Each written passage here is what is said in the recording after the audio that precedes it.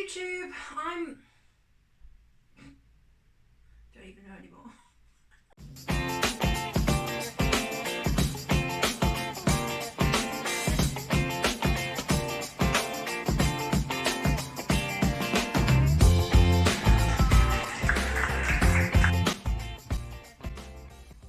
Hi YouTube, I'm Fran and welcome to Dance Kizomba.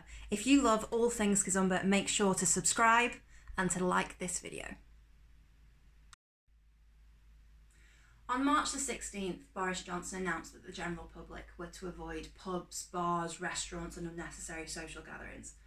That's about 8 weeks to this point today. So we've been in lockdown for about 7, but dance classes have finished for about 8. I think in this time I've gone through every single stage of possible lockdown persona there is. Fitness Fran, TikTok, #over30, Zoom quiz master Fran, and now I've arrived at permanently elasticated waistbands of pyjamas or leggings, and I'm sure many of you at home are watching from the comfort of your underwear.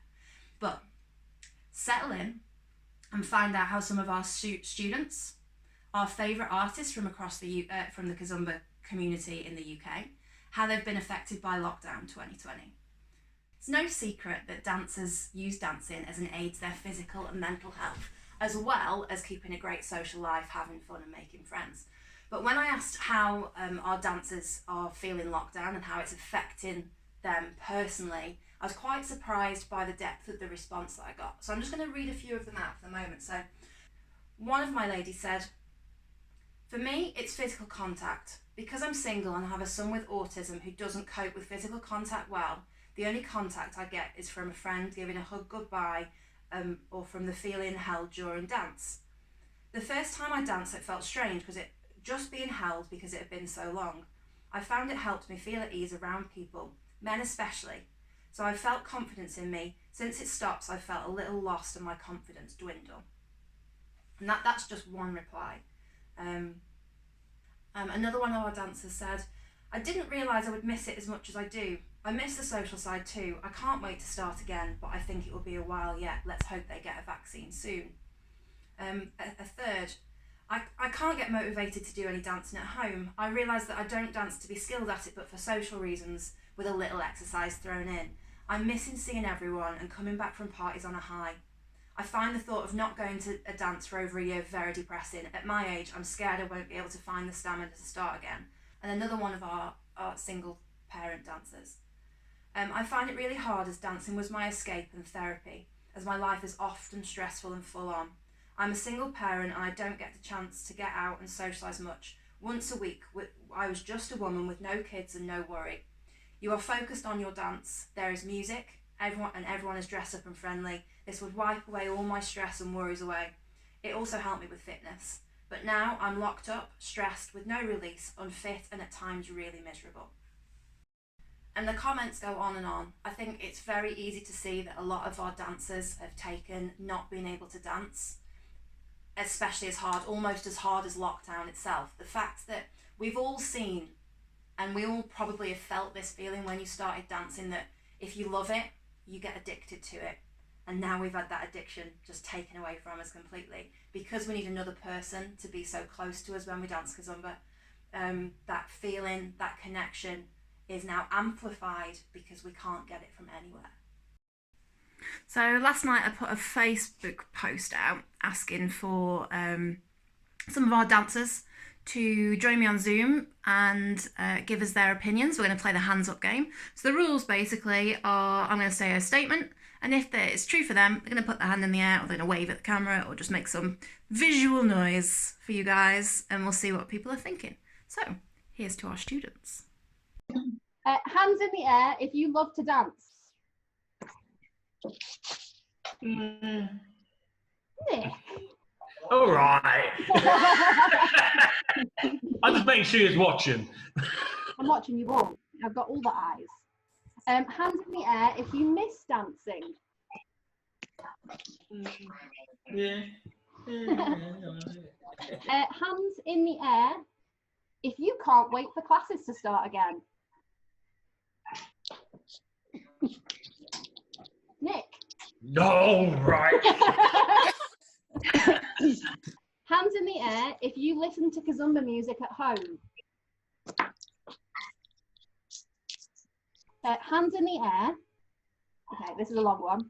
Hands in the air if you were allowed to go out to a dance party tomorrow. Hands in the air if you would go.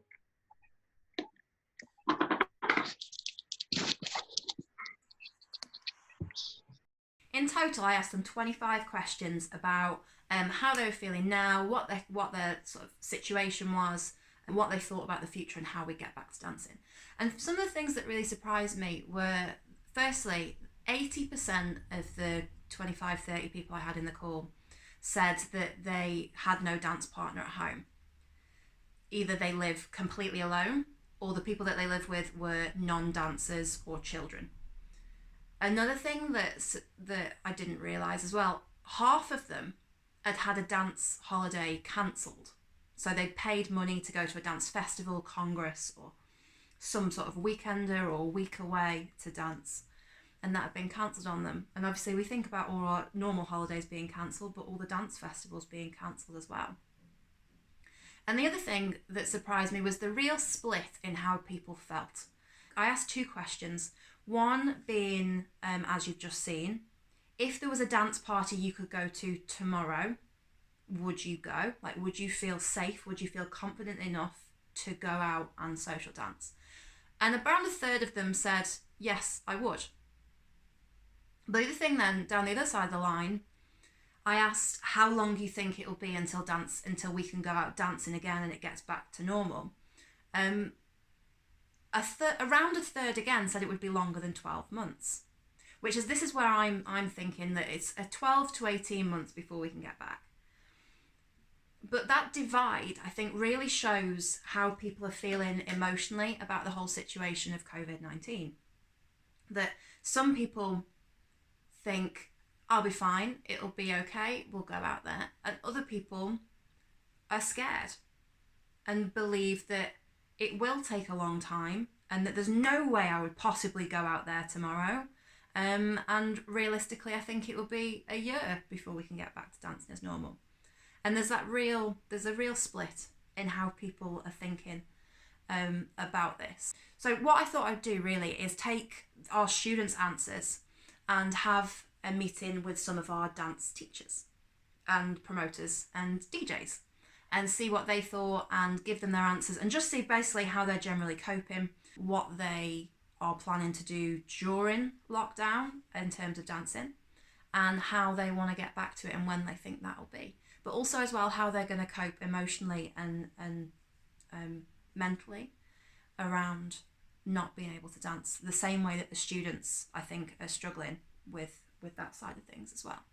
So there we go. Hi. Hey. Hi. Hello. Hello. Hello, guys. You all right? Yeah, we're good. How are you? Yeah. Okay. Fine, Happy. thank you. Yeah, we're happy. Bruno here. Bruno, I see Bruno. Hello. Hello. Hello. Hi, Bruno. We all here. I think so.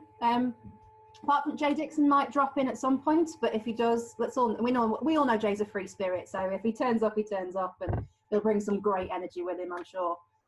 So the first thing I need to know from our dance teachers is when they heard the news about the lockdown, they were told that there's no pubs, restaurants, bars that they could use for their classes. What did they think and how did they react? We kind of expected it to happen anyway. You know, we'd been seeing what had happened in Italy and Spain and China. So kind of for the couple of weeks leading up to it, we were expecting a lockdown to happen at some point, and we saw very, very drastically reduced numbers at parties and stuff for the 2 weeks before the lockdown actually happened. Then when it did happen, I actually lost both my jobs in the same day. Wow. as well as DJing at nights and the weekends, I deliver beer in kegs to pubs, driving a HGV, and then obviously all the pubs closing meant they didn't need beer anymore. So I lost that job as well. So it was quite a shock when it happened. And he's also a student as well, full-time student. So there's that blow as well with the universities closing and all the people with that as well. So it's like a wham, wham, wham kind of thing. It really hit us hard. All my lectures went online, so the uni's still happening, but like all online based, like similar to this. Wow. But everything else is done. I think when it dawned on us, and like all the shops were closing, all the chemists and the pubs, etc. It was a case of, because we're both self-employed in different, I do the dancing, Tony does the building. So it's a double whammy again, like yourselves, that, you know, that worry is there about the income side of it. But to first hear it, to be perfectly honest, personally, rightfully or wrongfully, I tried to eke it out as long as I could. I think we did leads on the very, very, right up to the minute before it was like really official that that's it. No social distancing. So here's Jeydikson. Here we So go. we sort of tried to get right up to the line, you know, and But I'd say the same here because we're, yeah. Hi, Jay. Hello. Jay. So Jay, just before you came in, we were talking about how everyone's sort of initial reaction to finding out that lockdown was happening and how you sort of felt about it and stuff like that. So we've heard from Matt and Liz and Abi&Tony. So I think Bruno was gonna start kind of what he thought. So when Boris announced the lockdown, by the time he announced the lockdown, I was already working from home 2 weeks before that. For me, so I also have my full time, which I've always had as a telecoms engineer. So I've been working from home 2 weeks before the lockdown started.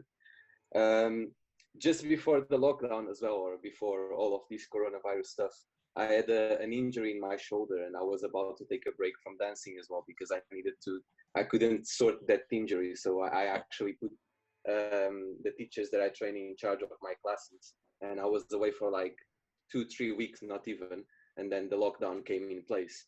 So for me, it kind of felt like the right timing for it to come. And if it was and it felt really good. The first 2 weeks was amazing. It was like a massive holiday.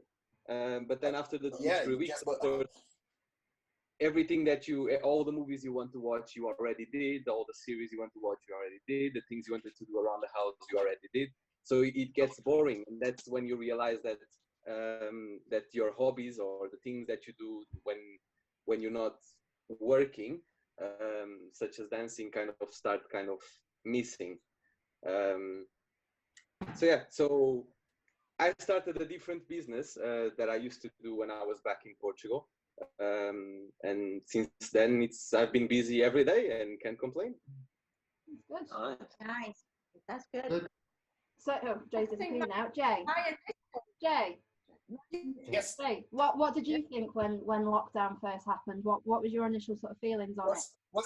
Was kind of the same as Bruno. Like, for example, before Boris says like, guys, we're gonna go in lockdown, I was already in lockdown for 2 weeks because my last booking was the one I had in Kent. I don't remember the exactly date, but was like 2 weeks before everyone goes to lockdown.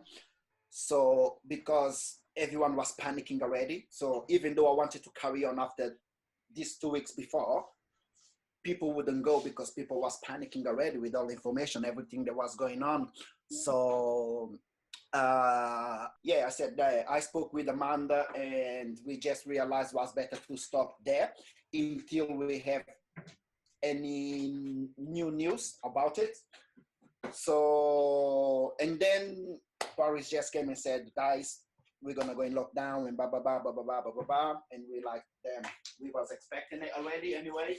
Of course, didn't hit me well because, how you guys know, that's my only business, that's my only work. I don't have any side job like many of other teachers, but that was my choice anyway. But that's why I resisted my next level as a small business, and I'm registered as a self-employed as well. So I've been doing my tax for the past 3 years already. So basically, in this bad situation, I'm bad. I am bad because it's not the situation I want to be. Of course, I want to be out there teaching because that's what I love to do, because I don't know what to do with free time. I have no idea what to do with free time. So basically, I've been feeling like a bit lost. That's why I've been doing the Afrobeat classes online, but it's not the same. It's like, it's really weird. It's really, really weird. I never thought myself doing that, but that's what's going on now, and that's what I gotta do. So basically, I'm struggling a little bit with this situation at the moment. So yeah, that's the reality kind of of it. feel like I love to be at home, do sorry. things that I wanted to do, but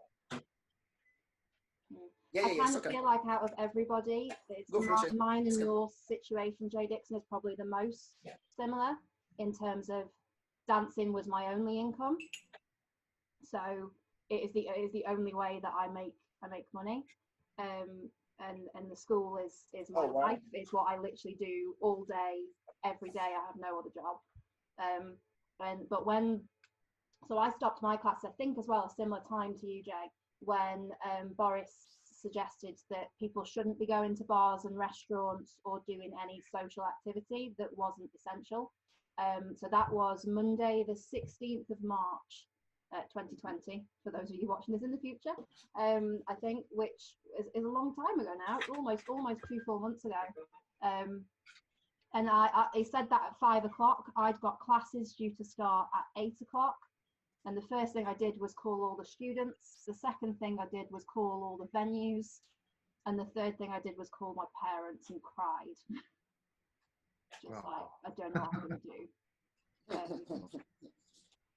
do. But for me, whereas you've been doing it for at least 3 years as fully self-employed, this is actually my first year of doing it without a main job. So it looks like in the calculation for giving us the income support for self-employed people, it has to have been your main job. And now, because it's not been my main job and the way that I completely ran the school changed in that year, there was a lot of outgoing costs. So I actually show a loss. So there's no support coming in from that. There's no support for us either. No. Because obviously Matt was self-employed in the trucking industry. And now there's no breweries. Yeah. We could see this coming, so there's absolutely nothing for us. We've fallen through desperately through the cracks. There's absolutely no support for us. We are the same.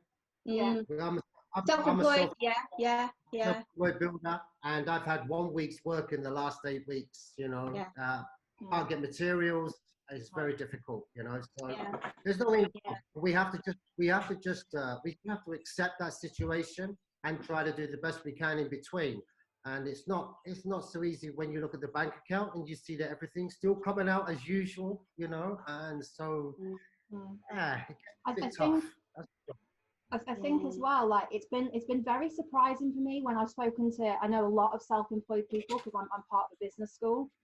When I've spoken to people that I know that are self-employed, I think 9 out of 10 of them have all said, I fall through the cracks, I'm not going to get anything.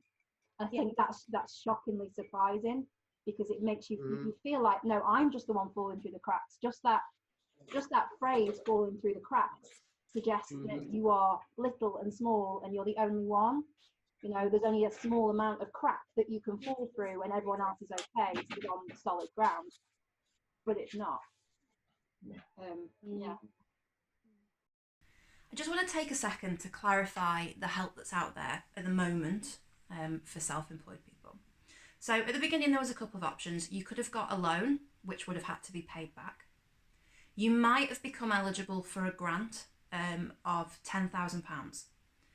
But the way that you could have got a £10,000 grant is if you were already eligible for small business rate relief, which means that you own a premises, okay? Means you own a building that you do business from, and it's purely business. So in dance, that would most likely be a dance studio or a dance school or something along those lines that you would get that money. The other thing that you could have got is universal credit. So nothing else is available to you. You can go onto universal credit, which is I think for a single person, about 400 and something pounds a month. And the real thing that I want to clarify is a lot of employed people have been offered to be furloughed and receive 80% of their normal pay because they can't go into work in the job retention scheme, which is absolutely fantastic. But employed people tend to think that the self-employed version of that 80% is the same. So as a self-employed person, if you have been registered as self-employed or registered with a business for 3 years and you completed a tax return in 2018, 2019, which means you submitted a tax return by January, but that is due to your profits up until 2019's April. That the 80% that we've been offered is an average of all that. But the way that it worked out, I just want to sort of give you a little bit of clarification so you understand how our 80% of self-employed earnings is different from an 80% of an employed person's earnings. Okay, so imagine a business, any random business that takes £10,000 in any 3 months or whatever, okay, or a month. I don't know how big your business is. You choose. So this business earns £10,000. Okay. Now, a good business will only still maximum really be able to make a 50% investment on return. So that means out of that £10,000, there's going to be £5,000 worth of expenses. Okay. So £5,000 of that £10,000 that comes in goes straight out to keep the business running. Okay. That means that you have £5,000 profit. Okay. Okay. Just take these numbers. I know that it's not real. So you've got £5,000 profit, £5,000 expenses, which make up your £10,000 normal income, okay, as a business. If you then take 80%, now the 80% for self-employed people is 80% of the profit, okay? So you don't take 80% of £10,000, meaning £8,000.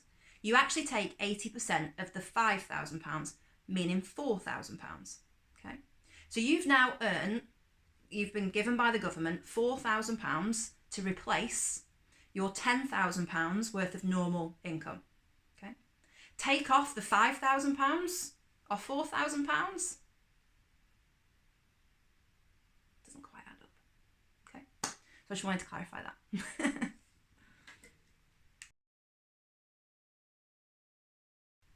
So our pro dancers have told us what they thought when they first heard about the lockdown.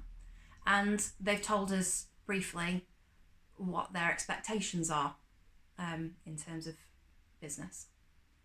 The next thing they really need to know is how long are they going to prepare to maintain their business during lockdown? How long do we think it's going to be? So I asked our students how long they thought it was going to be. A month, 3 months, 6 months, or a year or longer. Hands in the air if you think it will be more than 1 month until we can go out dancing again. Oh my God. Keep your hands waving if you think it'll be longer than 3 months till we can go out dancing again. If you want something that's a bit showier with bigger flowers, how about going Hands in the air if you think it'll be longer than 6 months. when you're choosing your tree is to inquire about what sort of Hands in the air if you think it'll be longer than a year. Making these sound things nearly working. all ornamental cherries are designed for rootstock. Hands in the air for 18 months. So you want it all. It was 20 out of 24 people thought it would be longer than a month. Okay? And by the time I asked for longer than a year, it was 8 out of 24 people still thought it would be longer than a year. So a third of people think it would be a longer than a year. I gave that information to our professionals, and here's what they thought to it. This, for us teachers, this won't be so easy like it's going to be for everyone else. Because of what? How they said the pubs and all of those things is going to be the last thing they're going to open up. And that's going to be maybe till the end of the year, basically, to open the pubs again. And then what's going to happen? They're going to open the pubs because without the pubs, we cannot do nothing. When they reopen the pubs and all of those things again, we're going to have to wait until people get the self-confidence again of being together. Yes, that is exactly the key. That's going to be That's going to be the hardest bit. Yeah. Until I everyone was, thinks, so I'm safe to go and dance again. yeah. I was saying this to somebody yesterday that I was speaking to, that even if, say, in 3 months' time, we're allowed gatherings of 50 people, are the pubs going to be open? Can we actually go and do it? Is there going to be the mentality of the students there, that there's going to be enough students that are mentally ready to come back to class, to make it so that we're not just hemorrhaging, losing money everywhere, because we're paying for venues, we're paying for this, Exactly. that, even just travel expenses and stuff. Is that going to work? And then 3 months' time, we're going into autumn, and then it's inevitable. We're going to get next winter or this winter a second wave, whether that is extreme or it's minimal. Yeah. We're going to get a second wave, and that's going to knock people's confidence again. Again. Yeah. I was talking with my girlfriend, and I actually told her, like, basically, I'm not counting until like a year and a half to everything go back to normal. But that was my thoughts. 12 to 18 until months. next summer, Dancing again. 2021. Yeah.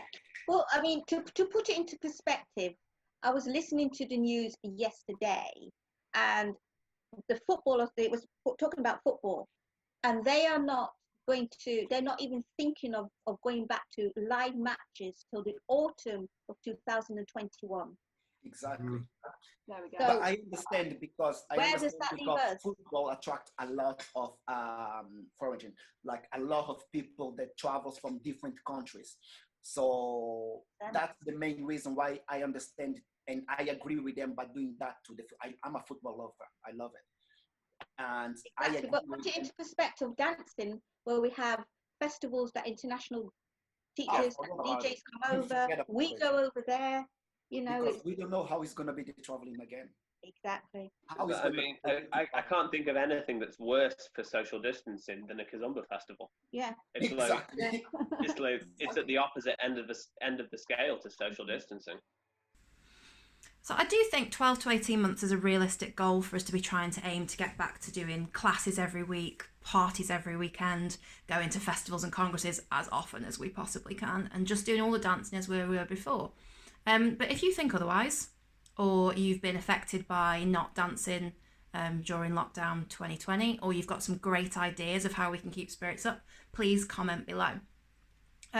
My original plan for this video was for it to be about 30 minutes long. Now there's so much great footage and our teachers have said so many amazing things, there's no way I could possibly have squeezed it down to 30 minutes. So this is the end of part 1 and part 2 is on its way. So make sure that you like and subscribe to the channel and hit that bell button so you get a notification when part 2 is on its way.